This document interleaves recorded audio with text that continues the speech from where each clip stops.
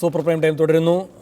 P K Shrimati teacher, ഇവിടെ ഇപ്പോൾ നമുക്ക് തെളിവ് സഹിതം കിട്ടി ഒരു സംഭവം, മർദ്ദനം നടക്കുന്നു, അതിൻ്റെ ദൃശ്യങ്ങൾ നമുക്ക് കാണാൻ കഴിഞ്ഞു, പോലീസ് കൃത്യമായി ഇടപെടുകയും ചെയ്തിരിക്കുന്നു. പക്ഷേ ഇങ്ങനെ ദൃശ്യങ്ങളുടെ ഒരു പിൻബലം, തെളിവുകളുടെ പിൻബലമില്ലാതെ പല വീടുകളിലും ഇതൊക്കെ വ്യാപകമായി നടക്കുന്നുണ്ടാകും എന്ന ഒരു സംശയം ടീച്ചർക്കുണ്ടോ? അതോ ഇതൊരൊറ്റപ്പെട്ട സംഭവമായിട്ടാണോ കാണുന്നത്? ഒരു കാര്യം കൂടി, ഇനി ഇങ്ങനെ ക്രൂരമായൊന്നും മർദ്ദിക്കുന്നുണ്ടാകില്ല, പക്ഷേ അതിനേക്കാൾ ആഴത്തിലുള്ള മുറിവ് മനസ്സിനേൽപ്പിക്കുന്ന വിധത്തിൽ അവമതിപ്പും അവഗണനയും ഭത്സനവും എല്ലാം കേട്ടുകൊണ്ട് വൃദ്ധജനങ്ങൾക്ക് അവരുടെ വീടുകളിൽ തന്നെ തടവുപുള്ളികളെ പോലെ കഴിയേണ്ടി വരുന്ന സാഹചര്യം കേരളത്തിലുണ്ടോ? തീർച്ചയായിട്ടും ഇതൊരു ഒറ്റപ്പെട്ട സംഭവമാണെന്ന് ആരും പറയില്ല. രണ്ട് പ്രധാനപ്പെട്ട നിയമങ്ങൾ നമ്മുടെ രാജ്യത്തുണ്ട്. അത് രണ്ടും എൻ്റെ കാലത്ത് തന്നെയാണ്. ഒന്ന് ഗാർഹിക പീഡന നിരോധന നിയമം, രണ്ട് മാതാപിതാക്കളെയും പ്രായാധിക്യം വന്നവരെയും സംരക്ഷിക്കുകയും അവരുടെ നന്മയ്ക്ക് വേണ്ടി പ്രവർത്തിക്കുകയും ചെയ്യുക എന്നുള്ള ഈ രണ്ട് നിയമവും ഇതിനെ സംബന്ധിച്ച് കുറച്ചുകൂടി ക്രിയാത്മകമായിട്ട് ഗവൺമെൻറ്റും തദ്ദേശ സ്വയംഭരണ സ്ഥാപനങ്ങളും ചിന്തിക്കണം എന്നുള്ള അഭിപ്രായം എനിക്കുണ്ട്. നമ്മുടെ ഗവൺമെൻറ് ഇപ്പോൾ കേരളത്തിൽ പ്രത്യേകിച്ച് നമ്മുടെ ജസ്റ്റിസ് ചുമതലയേറ്റ ഈ വിഷയം വളരെ അഭിനന്ദനാർഹമായിട്ടുള്ളൊരു കാര്യമാണ്. അതേ സമയത്ത് കഴിഞ്ഞ ഗവൺമെൻറ് കാലത്ത് ഒരു പദ്ധതി തദ്ദേശ സ്വയംഭരണ സ്ഥാപനവും സാമൂഹ്യക്ഷേമ വകുപ്പും കൂടി യോജിച്ച് നടപ്പിലാക്കിയ ഒരു പദ്ധതി ഉണ്ടായിരുന്നു, വയോമിത്രം. ആ പഞ്ചായത്തിലെ ഓരോ വാർഡുകളിലും ഇങ്ങനെയുള്ള പ്രായാധിക്യം ചെന്നിട്ടുള്ള അല്ലെങ്കിൽ നോക്കാൻ പറ്റാതെ മക്കൾ ജോലിക്ക് പോകുന്ന സന്ദർഭത്തിൽ അസുഖമായിട്ട് കിടക്കുന്നവരോ അല്ലാത്തവരോ ആയിട്ടുള്ള ആളുകളെ പോയി കാണാനുള്ള ഒരു വാഹനം, പാരാമെഡിക്കൽ സ്റ്റാഫ്, മരുന്ന്, ഇതെല്ലാമായി ബന്ധപ്പെട്ടുകൊണ്ട് കേരളത്തിലിപ്പോൾ നഗരസഭകളിലേക്ക് നടപ്പിലാക്കി തുടങ്ങിയത്. കേരളത്തിലെ എല്ലാ പഞ്ചായത്തുകളിലും എല്ലാ നഗരസഭകളിലും അതാത് തദ്ദേശ സ്വയംഭരണ സ്ഥാപനങ്ങളുടെ നേതൃത്വത്തിൽ കൃത്യമായിട്ട് മക്കളുള്ളവരെന്തിനാണ് അവരുടെ അച്ഛനെയും അമ്മയും ഓൾഡ് ഏജ് ഹോമിലേക്ക് അയക്കുന്നത്?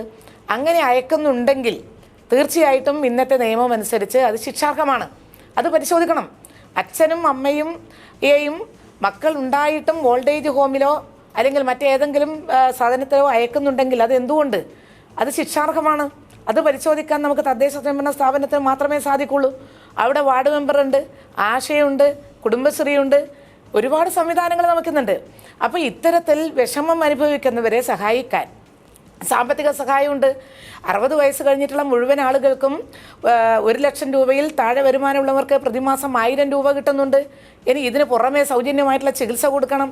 അപ്പം നമ്മുടെ കേരളം പോലുള്ള ഒരു സമൂഹത്തിൽ വിദ്യാഭ്യാസമുള്ള സാംസ്കാരികമായി ഉയർന്നു നിൽക്കുന്ന നമ്മുടെ സമൂഹത്തിൽ വളരെ കൃത്യമായിട്ട് നടപ്പിലാക്കാൻ കഴിയുന്ന ഒന്നുണ്ട്. ഒന്ന്, സർക്കാരും തദ്ദേശ സ്വയംഭരണ സ്ഥാപനങ്ങളും യോജിച്ച് ഒരു വീട്ടിൽ എത്ര പേരാണ് പ്രായം ചെന്നവരുള്ളത്, അവരുടെ മക്കളുണ്ടോ, അല്ല ആരും ഇല്ലെങ്കിൽ സർക്കാർ സ്ഥാപനം, അതിന് തന്നെ വൃദ്ധസദനം എന്നുള്ള പേര് മാറ്റി ഞാൻ ആ ഘട്ടത്തിൽ പറഞ്ഞിരുന്നു, സ്നേഹസദനം എന്നോ മറ്റോ ആക്കി മാറ്റണം. ഈ വൃദ്ധസദനം 60 വയസ്സോ 62 വയസ്സോ ഒക്കെ കഴിഞ്ഞിട്ടുള്ളവർ ഒരു വൃദ്ധരാണ് എന്ന് പറയുന്നതിൽ അർത്ഥമില്ല. അവർക്ക് ആരുമില്ല, അച്ഛനും അമ്മയും മക്കളില്ല, അല്ലെങ്കിൽ മക്കളില്ല, അവർക്ക് ചിലപ്പോൾ വേണ്ടി വരും. അങ്ങനെയുള്ള വരുമാനം ഉള്ളവർ പോയിട്ട് താമസിക്കുന്നുണ്ട്. അപ്പോൾ ഇങ്ങനെയുള്ള ആളുകൾക്ക് വേണ്ടി മാറ്റിവെക്കപ്പെട്ട സ്ഥാപനം എന്നുള്ള നിലയിൽ മാറുകയും മക്കളുള്ളവർ അവരുടെ അച്ഛനെയും അമ്മയെയും സംരക്ഷിക്കുക എന്ന അവരുടെ ഉത്തരവാദിത്വം നിറവേറ്റുന്നില്ലെങ്കിൽ ഈ കർശനമായ നിയമം അവരുടെ മേലെ ബാധകമാക്കണം. അത് പരിശോധിക്കാൻ അവിടെയുള്ള കമ്മിറ്റിക്ക് സാധിക്കും. നമുക്ക് RDO തലത്തിൽ കമ്മിറ്റിയുണ്ട്, സബ് ഡിവിഷണൽ തലത്തിൽ ടീച്ചർ ഇപ്പോൾ ഈ വിഷയത്തിൽ പ്രതികരിക്കാൻ ടെലിഫോൺ ലൈനിൽ. ടീച്ചർ, ഈ പയ്യന്നൂരിൽ അമ്മയെ മകൾ ചൂലുകൊണ്ട് തല്ലുന്ന ദൃശ്യങ്ങളടക്കം മാധ്യമങ്ങൾ റിപ്പോർട്ട് ചെയ്തത് ടീച്ചറുടെ ശ്രദ്ധയിൽപ്പെട്ട് കാണും. എന്തു തോന്നി ഇത് കണ്ടപ്പോൾ? പ്രത്യേകിച്ച് എന്ത് തോന്നാനാണ്? ഈ സ്നേഹം, മര്യാദ എന്നുള്ളതൊന്നും നമുക്ക് വിലയ്ക്ക് വാങ്ങാൻ കിട്ടുന്നതല്ല. ഇതൊക്കെ ജന്മനാ ഉണ്ടാകേണ്ടതാണ്. ഒരു സമൂഹത്തിന്റെ സംസ്കാരത്തിന്റെ ഭാഗമാണ് ഇതൊക്കെ. അമ്മ എന്ന് പറയുന്ന ആ ഒരു വാക്കിന്റെ പവിത്രത, അതിന്റെ വില അതെത്ര അമൂല്യമാണെന്ന് മനസ്സിലാകാത്ത മക്കളോട് നമ്മൾ ഉപദേശിച്ചിട്ടൊന്നും കാര്യമില്ല. വയസ്സായ ആളുകൾക്ക് എനിക്ക് പറയാനുള്ളത്, പാശ്ചാത്യ നാടുകളിലൊക്കെ ചെയ്യുന്ന പോലെ ഒരു പ്രായമാകുമ്പോൾ അവർക്ക് പോയി സ്വന്തമായിട്ട് സമാധാനത്തോടെ താമസിക്കാനുള്ള സംവിധാനം രാജ്യത്തുണ്ടായിരിക്കണം. അവർക്ക് എന്തെങ്കിലും വയസ്സുകാലത്തേക്ക് അവർ കരുതുകയും വേണം. ഇപ്പൊ നമ്മുടെ അമ്മമാരും അച്ഛന്മാരും ഒക്കെ ചെയ്യുന്നത് മക്കൾക്കൊരു കല്യാണം വന്നാൽ തറവാട് വരെ എഴുതി വിറ്റ് സ്ത്രീധനവും കൊടുത്ത് കുറെ പൊന്നുമിട്ട് കടവും കയറി ക്ഷേമമായിട്ട് കല്യാണം നടത്തിയായിരിക്കും. ഒരുപാട് സാധു ഗൃഹങ്ങളിൽ ഇത് തന്നെയാണ് സംഭവിക്കുന്നത്. പിന്നെ ഒന്നുമില്ല അവർക്ക് ജീവിക്കാൻ, കുറെ കടമല്ലാതെ. മക്കൾ കല്യാണം കഴിച്ച് പോയ പിന്നെ തിരിഞ്ഞു നോക്കില്ല. ഈ അച്ഛനും അമ്മയും കടവും വെട്ടി കഷ്ടപ്പെട്ട് ഇങ്ങനെ കഴിയണം. ഒടുവിൽ ഒരു കാലശേഷം വെച്ചെഴുതി കൊടുത്താൽ പോലും അവർക്ക് ഈ മരുമകനോ അല്ലെങ്കിൽ മകളോ തന്നെ ഇറക്കി വിടുമ്പോൾ കരഞ്ഞുകൊണ്ട് വരും. ഞങ്ങളുടെയൊക്കെ മുമ്പിൽ വരാറുണ്ട്. ഞങ്ങൾക്ക് അദാലത്തുള്ളത് കൊണ്ട് അഭയുടെ മുമ്പിൽ എപ്പോഴും ഇങ്ങനെയുള്ള അമ്മമാർ വരാറുണ്ട്. അപ്പോൾ പുതിയ ഈ സീനിയർ സിറ്റിസൺസിന് ഉള്ള അവകാശങ്ങളെല്ലാം ചൂണ്ടിക്കാണിച്ച് സെറ്റിൽ ചെയ്യാറുണ്ട്. കുറച്ചൊക്കെ അവർക്ക് വേറെ താമസിക്കാനുള്ള അവസരം ഉണ്ടാക്കി കൊടുക്കാറുണ്ട്. അവർക്ക് വേണ്ട പേയ്മെന്റ് മക്കൾ കൊടുക്കണമെന്ന് നിർബന്ധിച്ച് നിയമപരമായി നടത്തി കൊടുക്കാറുണ്ട്. ഇതൊക്കെയാണെങ്കിലും എനിക്ക് പറയാനുള്ള ഒന്നാണ്.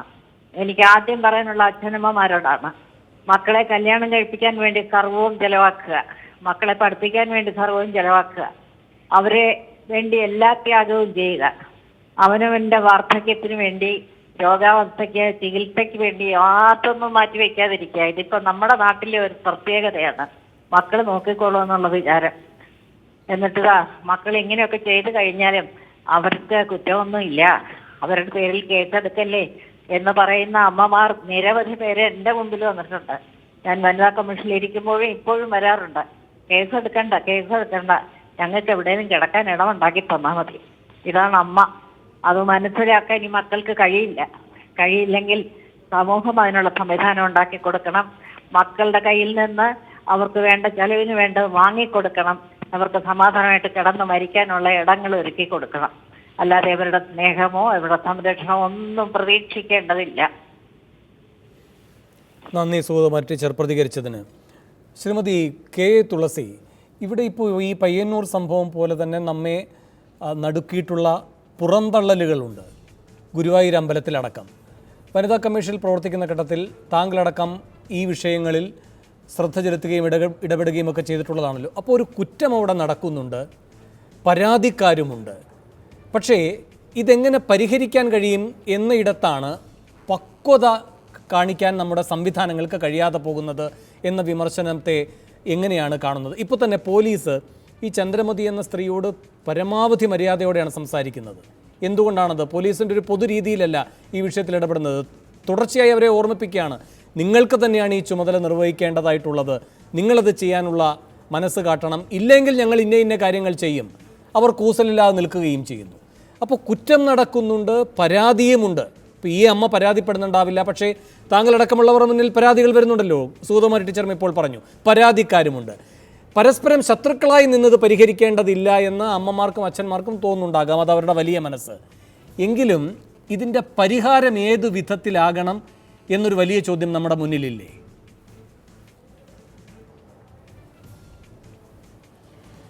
തീർച്ചയായിട്ടും ഞാൻ നേരത്തെ സൂചിപ്പിച്ചത് തന്നെയാണ്. കാരണം പലപ്പോഴും മാതാപിതാക്കൾ മക്കൾക്കെതിരെ പരാതി പറയാൻ തയ്യാറാവുന്നില്ല എന്നുള്ളതൊരു വസ്തുത തന്നെയാണ്. പിന്നെ നമ്മുടെ മുന്നിൽ വരുന്ന കേസുകളിലൊക്കെ ഇതുപോലെ പലപ്പോഴും സ്വത്ത് അവരെ തെറ്റിദ്ധരിപ്പിച്ചുകൊണ്ട് തട്ടിയെടുക്കുന്ന മക്കളുടെ കേസുകളൊക്കെ ഒരുപാട് വരാറുണ്ട്. അങ്ങനെ സ്വത്ത് തട്ടിയെടുത്തതിന് ശേഷം അവർക്ക് ചിലവിന് കൊടുക്കുകയോ ചികിത്സ കൊടുക്കുകയോ അവർക്ക് സംരക്ഷണം കൊടുക്കുകയോ ചെയ്യാത്ത ഒരുപാട് കേസുകൾ വരാറുണ്ട്. അതൊക്കെ നമ്മൾ അതത് ബന്ധപ്പെട്ട RDOമാരുമായി ബന്ധപ്പെട്ട് ആ വയോജന സംരക്ഷണ നിയമത്തിൻ്റെ ഇംപ്ലിമെൻറ്റിംഗ് ഓഫീസർ എന്ന് പറയുന്നത് അദ്ദേഹമാണ്. സ്വാഭാവികമായിട്ടും നമ്മൾ പല ജില്ലകളിലും അതുപോലുള്ള കേസുകൾ കൈകാര്യം ചെയ്തിട്ടുണ്ട്. സ്വത്ത് തിരികെ ആ വൃദ്ധരായിട്ടുള്ള മാതാപിതാക്കൾക്ക് തന്നെ എഴുതി കൊടുക്കുന്ന സാഹചര്യങ്ങളും ഉണ്ടായിട്ടുണ്ട്. പല മാതാപിതാക്കളും ആഗ്രഹിക്കുന്നത് ഏതൊക്കെ വൃദ്ധസദനങ്ങളിൽ ചെന്നാലും അതിനേക്കാളൊക്കെ സന്തോഷം സ്വന്തം മക്കളുടെ അടുത്ത് തന്നെയാണ് സ്വർഗം എന്ന് കരുതുന്ന മാതാപിതാക്കളാണ് കൂടുതലും. അപ്പോൾ സ്വാഭാവികമായിട്ടും നമ്മൾ ഇത്തരത്തിലുള്ള വിഷയങ്ങൾ ഉണ്ടാകുമ്പോൾ മക്കൾക്കെതിരെ കേസെടുക്കരുത് അല്ലെങ്കിൽ അവരെ വൃദ്ധസദനത്തിലേക്ക് അയക്കണം എന്ന് നിർബന്ധ ബുദ്ധി നമ്മൾ കാണേണ്ട കാര്യമില്ല. കാരണം പല മാതാപിതാക്കളെ സംബന്ധിച്ചിടത്തോളവും അവരുടെ മക്കളോടൊപ്പം പേരക്കുട്ടികളോടൊപ്പം ശിഷ്ടകാലം ജീവിക്കുക എന്നുള്ളത് ഓരോ മാതാപിതാക്കളെയും സ്വപ്നമാണ്. അത് നമ്മൾ തിരിച്ചറിയേണ്ടിയിരിക്കുന്നു. അതുപോലെ തന്നെ നമ്മുടെ നാട്ടിൽ ഉള്ള വൃദ്ധസദനങ്ങൾ നേരത്തെ ബഹുമാനപ്പെട്ട രാമേന്ദ്രൻ സർ ഇവിടെ സൂചിപ്പിക്കുകയുണ്ടായി. എല്ലാ ജില്ലകളിലും വൃദ്ധസദനങ്ങളുണ്ട്, ഓൾഡ് ഏജ് ഹോമുകളുണ്ട്. പക്ഷേ അതിലെ ഇൻമേറ്റ്സിൻ്റെ എണ്ണം എന്ന് പറയുന്നത് വളരെ വളരെ കൂടുതലാണ്. അപ്പോൾ വളരെ പരിമിതമായിട്ടുള്ള സൗകര്യം ഉണ്ടാവുകയും അതോടൊപ്പം അതിൽ ഒരുപാട് ആളുകൾ ഒരുമിച്ച് താമസിക്കേണ്ടി വരുന്ന സാഹചര്യങ്ങളുണ്ട്. അതുപോലെ തന്നെ സ്റ്റാഫിൻ്റെ എണ്ണത്തിൽ കുറവുണ്ട്. സ്വാഭാവികമായിട്ടും നമുക്ക് ചെയ്യാൻ കഴിയുക ഈ വിഷയങ്ങളിലൊക്കെ കൂടുതൽ നിലവിലുള്ള സംവിധാനങ്ങളിൽ മെച്ചപ്പെട്ട സൗകര്യങ്ങൾ ഒരുക്കുകയും ഈ മർദ്ദനമേറ്റ കാർത്തിയായനി എന്ന അമ്മയുടെ മകൻ വേണുഗോപാൽ ടെലിഫോൺ ലൈനിൽ. ശ്രീ വേണുഗോപാൽ, താങ്കളാണല്ലോ ഈ ദൃശ്യങ്ങൾ പകർത്തിയത്. അതെ അതെ. എന്തുകൊണ്ടാണ് അങ്ങനെ ഒരു കാര്യം ചെയ്തത്? ഇത് സംഭവിക്കാതെ ഇടപെട്ടുകൂടെ? ഈ ദൃശ്യം പകർത്തി ഇത് പോലീസിൽ ഏൽപ്പിച്ച് ഒരു നടപടിയിലേക്ക് പോലീസിനെ കൊണ്ട് സമ്മർദ്ദം ചെലുത്തിയത് എന്തുകൊണ്ടായിരുന്നു? പോലീസിലേക്ക് സമ്മർദ്ദം ചെലുത്തിയിട്ടൊന്നുമില്ല. അതെന്ന് പറഞ്ഞാൽ പിന്നെ നമ്മൾ ആദ്യം 1-2 പ്രാവശ്യം പോയിട്ട് അവരോട് സംസാരിച്ചില്ലേ, നിങ്ങളിങ്ങനെ ചെയ്യാറ് വലിയ ബുദ്ധിമുട്ടാണ്. ഞാനും പിന്നെ നമ്മുടെ ചുറ്റുവട്ടത്തിലെ സഖാക്കളും ആൾക്കാരും ഞങ്ങളെല്ലാവരും പോയി സംസാരിച്ചതാണ്. അപ്പൊ സംസാരിച്ചിട്ട് അവര് 1-2 ദിവസം പിന്നെ അത് ഇങ്ങനെ വെക്കും, പിന്നെ വീണ്ടും അത് തുടരും. അപ്പൊ അങ്ങനെ വന്നപ്പോ ഇത് ഞാൻ തൊട്ടടുത്ത് തന്നെ താമസിക്കുന്നു, എനിക്കത് പിന്നെ സഹിക്കാൻ പറ്റാത്തൊരവസ്ഥയായി. അമ്മയല്ലേ, അപ്പൊ പിന്നെ ആ വെറും ഒരു പരാതി കൊടുത്തു കഴിഞ്ഞാൽ ഓളയിൽ നിൽക്കൂല. അതുകൊണ്ട് ഇങ്ങനെ ഒരു തെളിവോട് കൂടിയിട്ടുള്ള പരാതി കൊടുക്കാൻ വേണ്ടി ഞാനത് ചെയ്തതാണ്. അമ്മയ്ക്ക് ഇപ്പോൾ എത്ര വയസ്സായി? അമ്മക്ക് 75 വയസ്സ്. എന്തൊക്കെ അസുഖങ്ങളാണ്? ഈ മറവി രോഗമുണ്ടോ അമ്മയ്ക്ക്? മറവിയുണ്ട്, നല്ല മറവിയുണ്ട്. എന്തൊക്കെയോ ഇന്നിപ്പോ ഹോസ്പിറ്റലിൽ നിന്ന് എന്തൊക്കെയോ പരസ്പര വിരുദ്ധമായിട്ടുള്ള കാര്യങ്ങളാണ് സംസാരിക്കുന്നത്. ഇപ്പൊ തൊട്ടടുത്ത വീട്ടിലല്ലേ വേണുഗോപാലൻ താമസിക്കുന്നത്? അതെ അതെ. അമ്മയെ സംരക്ഷിക്കുന്നതിനെ പറ്റി അങ്ങനെയെങ്കിലും എന്തുകൊണ്ടാണ് ആലോചിക്കാത്തത്? അമ്മേനെ സംരക്ഷിക്കുന്ന പറഞ്ഞാല് പിന്നെ 2008 അമ്മേനെ എന്നെയും തമ്മിൽ തെറ്റിക്കാൻ വേണ്ടിയിട്ട് ഈ പങ്ങള് ഒരുപാട് പണിയെടുത്തിട്ട് അമ്മേനെ കൊണ്ട് എന്റെ പേരിൽ കേസെല്ലാം കൊടുത്തിരിക്കുന്നു. അങ്ങനെ മാനസികമായിട്ടൊരു അകൽച്ചയിലാണ് നമ്മൾ ഉണ്ടായത്. അപ്പോൾ അതിന്റെ പേരിൽ ഒരു 1-2 പ്രാവശ്യം ഞാൻ പോയിട്ട് പിന്നെ സംസാരിച്ചു, നീ ഇങ്ങനെ ചെയ്യല്ല, ഇങ്ങനെ ചെയ്യുന്നത് തെറ്റാണ്, അങ്ങനെ ചെയ്യാൻ പാടില്ല അമ്മയല്ലേ എന്ന് പറഞ്ഞു. അപ്പോൾ അന്നേരം എന്നാ പുലഭ്യം വഴക്ക് പറയല്. ഈ അമ്മയുടെ സ്വത്ത് മുഴുവൻ ഈ പറയുന്ന അതെ അമ്മയുടെ സ്വത്ത് ചന്ദ്രമതിയാണോ കൈക്കലാക്കിയത്? അതെ അതെ. 11 സെന്റ് സ്ഥലം പൈസയൊക്കെ മേടിച്ചു. പിന്നെ അതിന് ശേഷം ഇപ്പം പുതിയ ബസ് സ്റ്റാൻഡ് വരുന്നതിന്റെ മുമ്പിൽ ഒരു 6 സെന്റ് സ്ഥലമുണ്ട്, അത് വലിയ വിലയുള്ളതാണ്. അതൊക്കെ എഴുതി മേടിച്ചു. ഇന്നലെ എസ് ഐ സാറോട്, ദിവാരൻ സാറോട് ഇന്നലെ നേരിട്ട് പറയുന്നത് ഞാൻ കേട്ടു. അപ്പോഴാണ് ഞാൻ അറിയുന്നത് അതെല്ലാം മോൾ എഴുതി മേടിച്ചു. മോളും പിന്നെ പകുതി അനിയനും കൊടുത്തിരുന്നാ പറഞ്ഞു. 2 ആമക്കളാണല്ലോ, വേണുഗോപാലും പിന്നെ ഈ അനിയനും അല്ലേ? അനിയനും. അതെ അതെ അതെ. നിങ്ങൾ ഇപ്പോ എന്തായാലും ആശുപത്രിയിലാണല്ലോ അമ്മ? അതെ, അമ്മ ആശുപത്രി, ഞാനും ആശുപത്രി തന്നെയാണ് ഉള്ളത്. ശരി, അമ്മ ഇനി ആരേറ്റെടുക്കണം? പിന്നെ അമ്മേനെ ഏറ്റെടുക്കുന്ന കാര്യം നമ്മള് പിന്നെ ഇപ്പൊ നാളെ ഇപ്പൊ അനിയൻ അവിടെ ഷിമോഗിന് വരുന്നുണ്ട്. വന്നതിന് ശേഷം നമ്മളത് കൂടി ആലോചിച്ചിട്ട് എന്താ കൊണ്ടുവന്ന് അതും പിന്നെ നമ്മുടെ എല്ലാവരും കുടുംബക്കാരും എല്ലാവരും കൂടി ഇരുന്ന് അതിനെക്കുറിച്ച് ഒരു ആലോചന നാളെ അത് തീരുമാനം ചെയ്യാൻ വെച്ചിട്ട് നിൽക്കുന്നത്. വേണുഗോപാലിന് എന്താണ് തടസ്സം? സാമ്പത്തിക വിഷമം ഉള്ളതുകൊണ്ടാണോ? ഒരാളുടെ ചെലവ് താങ്ങാൻ കഴിയില്ല എന്നതുകൊണ്ടാണ്? സാമ്പത്തിക വിഷമമുണ്ട്. എനിക്ക് സാമ്പത്തിക വിഷമമുണ്ട്. എന്നുവെച്ചാൽ അമ്മേനിപ്പോൾ ശുശ്രൂഷിക്കണമെങ്കിൽ അമ്മേന്റെ ചികിത്സയും മറ്റു കാര്യങ്ങളൊക്കെ ചെയ്യുന്ന സമയത്ത് എനിക്ക് സാമ്പത്തികമായി വിഷമമുണ്ട്. അപ്പോൾ പിന്നെ അനിയനുണ്ട്, അവൻ ഷിമോഗയിൽ ബിസിനസ്സാണ്. അപ്പോൾ അവനും കൂടെ വന്നിട്ട് നാളെ അതിനെ കുറിച്ചിട്ട് കൂടിയാലോചിച്ചിട്ട് കാര്യങ്ങൾ തീരുമാനിക്കാൻ വിചാരിച്ചാണ്. ഇപ്പോൾ മറ്റ് 2 സഹോദരങ്ങളും സാമ്പത്തികമായി ഇതിന്റെ ചെലവ് അത് സഹകരിക്കാമെന്ന് പറയുകയാണെങ്കിൽ ഏറ്റെടുക്കും. അതിൽ വേറെ സംശയമൊന്നുമില്ല. അമ്മ പെറ്റമ്മനെ ഞാൻ ഏറ്റെടുക്കും. അതിൽ എനിക്ക് പിന്നെ വേറെ തരത്തിലൊന്നും പറയാനൊന്നുമില്ല. ശരി, നന്ദി വേണുഗോപാൽ പ്രതികരിച്ചതിന്. പാർവതി, ഇവിടെ ഇപ്പോൾ ഒരു കാര്യം ഉറപ്പാണ്, ജീവിതത്തിലെ ആയുസ് കൂടിയിരിക്കുന്നു, ക്ഷമയുടെ ആയുസ് കുറയുകയും ചെയ്തിരിക്കുന്നു. ഒരു മുരളി തുമ്മാരൂടി എന്ന ആൾ കഴിഞ്ഞ ദിവസം എഴുതിയൊരു ഫേസ്ബുക്ക് പോസ്റ്റിൽ ഒരു വാചകമാണ്, 20-ാം നൂറ്റാണ്ടിൻ്റെ ആദ്യകാലത്ത് 60 കടക്കുന്നവർ അത്ര സാധാരണമല്ലായിരുന്നു. കേരളത്തിൻ്റെ കാര്യമാണ് പ്രത്യേകിച്ച് പറയുന്നത്. അതുകൊണ്ട് തന്നെ 60-ാം പിറന്നാൾ ഷഷ്ടിപൂർത്തി വലിയ ആഘോഷമായി നാം കൊണ്ടാടിയിരുന്നു കേരളത്തിൽ. 1940-കളിൽ ജനിച്ചവരിൽ 50 കഴിഞ്ഞവർ ഭൂരിഭാഗവും 80-ഉം കടക്കുന്നു. അപ്പോൾ 60-കളിൽ ജനിച്ച തലമുറ 90 കടക്കുമെന്ന് ഏകദേശം കണക്കൂട്ടാം, പ്രത്യേകിച്ചും അതിൽ തന്നെ സ്ത്രീകളെന്ന്. അപ്പോൾ നമ്മുടെ സാമൂഹ്യ ആരോഗ്യം പൊതുവിൽ ഉയർന്നിട്ടുണ്ട്, അതുകൊണ്ട് നമുക്ക് ദീർഘായുസ്സുമാണ്. ആ ഘട്ടത്തിൽ പുതിയ പ്രതിസന്ധികൾ നമ്മുടെ മുന്നിലേക്ക് വരുന്നു. പാർവതി പറയുന്നത് പോലെ അത് കുടുംബത്തിലല്ല പരിഹരിക്കേണ്ടത് എന്നത് ഒരു വഴിയാണ്.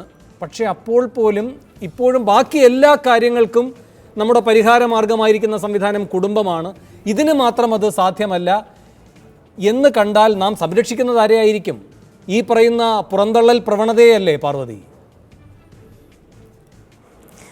അല്ല, അത് എന്താന്ന് പറഞ്ഞാൽ ഈ പുറന്തള്ളുക എന്ന് പറയുന്ന ഒരു ഓപ്ഷൻ പോലും കൊടുക്കാതെ ഈ പ്രായമാവുന്നവർക്ക് ഒരു ഓപ്ഷൻ ഉണ്ടാവണം എന്നാണ് ഞാൻ പറയുന്നത്. കാരണം ഇപ്പോൾ ഒരാൾ വന്നു, അവർ പുറന്തള്ളപ്പെട്ട് നിന്നതിന് ശേഷം പെനലൈസ് ചെയ്തതാക്കുക എന്നല്ലാതെ മുതിർന്നു കഴിയുന്ന ഒരാൾക്ക്, എന്നെ സംബന്ധിച്ച് ഞാനിപ്പോൾ റിട്ടയർമെൻ്റ് ആയി, എനിക്ക് എൻ്റെ മക്കളെ ഇതായി കഴിഞ്ഞാൽ ഞാൻ സ്വന്തമായിട്ട് ഒരിടത്ത് താമസിക്കാം, എനിക്ക് ഇത്ര വരുമാനമുണ്ടെന്ന് പറഞ്ഞാൽ ബുക്ക് ചെയ്യാൻ പറ്റുന്ന സോഷ്യൽ വെൽഫെയർ ഹോംസ്, അവർക്ക് ഭക്ഷണം കൊടുക്കുക, അവരുടെ തുണി കഴുകി കൊടുക്കുക, അവരുടെ ആരോഗ്യം നോക്കുക എന്ന് പറയുന്ന ഒരു സിസ്റ്റം ആയിട്ടുള്ള ഒരു അവസ്ഥ ഉണ്ടെങ്കിൽ, അതിപ്പോൾ ഒരു പക്ഷേ പ്രൈവറ്റ് ആൾക്കാർ ഇത് കൊണ്ടുവരുമായിരിക്കും, പക്ഷേ ഗവൺമെൻറ് കീഴിൽ തന്നെ ഉണ്ടെങ്കിൽ ഒരുപാട് സാധാരണക്കാർക്ക് അത് ഗുണമാവും. കാരണം ഇനി അങ്ങോട്ട് അതേ നടക്കുകയുള്ളൂ. കുറേ നാൾ കഴിഞ്ഞ് കുടുംബം ഇത് ചെയ്യും എന്ന് പറഞ്ഞാൽ ഈ പറയുന്ന ഭാര്യ പിരിഞ്ഞു പോയിട്ടുണ്ടാവും, മകൻ എവിടെയെങ്കിലും ആയിരിക്കും, ഒരു ഭർത്താവ് മാത്രമേ കാണുള്ളൂ, മദ്യപാനത്തിൻ്റെ പ്രശ്നമുള്ള ആളാണ്, ഒരുപാട് അവർക്ക് അസുഖങ്ങളുണ്ടാവും, ഒരുപാട് തരത്തിലുള്ള സാമൂഹ്യമായ ഇടപെടൽ നമ്മൾ മുന്നോട്ടല്ലേ പറയുന്നത്. ഒരു 25 വർഷത്തിന് ശേഷം എന്തായിരിക്കണമെന്ന് ഇപ്പം ആലോചിച്ചാലേ അത് നടക്കുകയുള്ളൂ. അല്ല നമ്മൾ വളരെ മോറലിസ്റ്റിക്കായിട്ട് മക്കൾ തന്നെ ഏറ്റെടുക്കണം, അല്ലെങ്കിൽ അവർ പുറന്തള്ളുകയാണെങ്കിൽ അവരെ ശിക്ഷിക്കണമെന്ന് നമുക്ക് പറയാം, തെറ്റൊന്നുമില്ല പറയുന്നത് കൊണ്ട്. പക്ഷെ നമ്മളത് പറഞ്ഞുകൊണ്ടേയിരിക്കും, ഒരു ചക്രത്തിൽ നിന്ന് പറഞ്ഞുകൊണ്ടേയിരിക്കും. സുധകുമാരി ടീച്ചർ പറഞ്ഞില്ലേ, അതിന് സംവിധാനം വേണം. ഗവൺമെൻറ്റിൻ്റെ ഭാഗത്തു നിന്നുള്ള ആലോചനകൾ നമുക്ക് ഇപ്പം നടക്കുന്ന ഒരു ഇഷ്യൂവിന് വെച്ച് നമുക്ക് നടക്കാൻ പറ്റില്ല. കുറേ നാൾ കഴിഞ്ഞാൽ നമുക്ക് കാണാവുന്ന കാഴ്ചയാണിത്. കാരണം കേരളത്തിൻ്റെ ഗ്രാഫ് ഭയങ്കര സ്ക്യൂഡാണ്. പ്രായമായവരുടെ എണ്ണമാണ് കൂടുതൽ. പ്രസവം നിർത്തുകയോ ഒരു കുട്ടിയോ ഒക്കെ ആവുന്നത് കൊണ്ട് പിന്നെ എണ്ണം കുറവാണ്. ഇങ്ങനെ പ്രായമായവരുടെ ഗ്രാഫാണ്. ആ ഗ്രാഫ് നോക്കിയാൽ തന്നെ പ്രായമായവർക്ക് ജീറിയാട്രിക് പ്രോബ്ലംസ് ഉള്ള അവരുടെ മാനസികാരോഗ്യം, അവരുടെ അൽസീമിയസ് പോലെയുള്ള അസുഖങ്ങൾ, ക്യാൻസർ പോലെയുള്ള അസുഖങ്ങൾ, അത് വളരെ വളരെ കാണാവുന്നതാണ്. നമുക്കതിങ്ങനെ വളരെ മോറലിസ്റ്റിക് ആയിട്ട് സംസാരിച്ചുകൊണ്ടിരുന്ന കാര്യമില്ല. പിന്നെ ഈ പറയുന്ന കുടുംബത്തിനകത്ത് സ്നേഹം വേണമെന്ന് പറഞ്ഞാൽ സീരിയലൊക്കെ നിർത്തണം. ഞാൻ വീണ്ടും അതിലേക്ക് വരും. സമയമില്ലാത്തതുകൊണ്ട് ഞാൻ ഇടപെടുകയാണ്. ഒരു ഇടവേള കൂടി.